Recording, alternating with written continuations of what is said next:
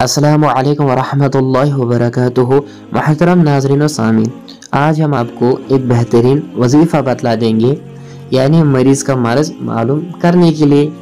चाहे हकीम हो, चाहे डॉक्टर हो, चाहे आमिल हो, जब भी उसके पास कोई पेशेंट आ जाता है, सबसे अहम और ज़रूरी बात यह होती है उनके लिए कि सबसे पहले जब पेशेंट आया, मरीज़ आया, उसका मर्ज़ मालूम करना, यानी उसके ऊपर कौन सी चीज़ है, कौन सा मर्ज़ है, यानी तशख़ीस करना।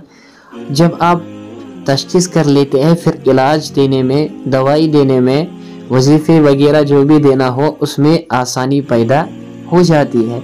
लेकिन जब आपको ये पता ही ना चले कि मरीज़ के ऊपर कौन सा मर्ज़ है, तो आपकी जो दवाई वगैरह जो वजीफ़े होते हैं वो कारआमद उतने साबित नहीं हो जाते हैं, जिसकी वजह से मरीज़ जल्दी सेहतयाब नहीं हो पाता है। बहुत से अमले हैं मरीज़ का मर्ज़ मालूम करने के लिए, लेकिन आज हम आपको इस्म पाक या खबीरों का अमल बतला देंगे जो बहुत ही मुफीद और मुजरब पाया गया है।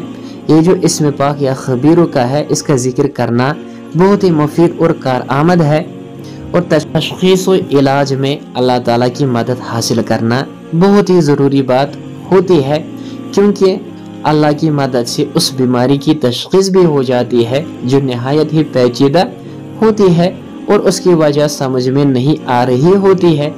ये जो इस्म पाक या खबीरों का है, इसका आमिल बनने के लिए आपको इसको रोज़ाना नमाज फजर के बाद अव्वल आखिर दुरूद इब्राहिम 11 मरतबा पढ़ना है, और इस्म पाक या खबीरों को 300 मरतबा पढ़ना है।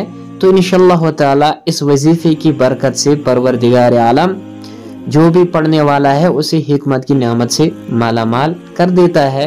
और जैसे ही फिर वो मरीज को देखता है, न सिर्फ ये कि वो उसके मर्ज की तशख़ीस कर लेता है, बल्कि उसके इलाज में भी उसे आसानी हासिल हो जाती है। ये बहुत ही मुफीद और बेहतरीन अमल है, और जब कोई आमिल इसका अमल कर लेता है, इसका आमिल बन जाता है, इसको अपना वजीफा बना लेता है, तो फिर उसके लिए बहुत ही आसानियाँ पैदा हो जाती है, इलाज में भी उसे आसानी हासिल हो जाती है। चनाचे फिर मरीज जो है वो जल्दी सेहतयाब और फतयाब हो जाता है। अमल मुजरब है, बेहतरीन है, आज़मूदा है। अल्लाह ताला हमें हर शर से महफूज फरमाए। आमीन।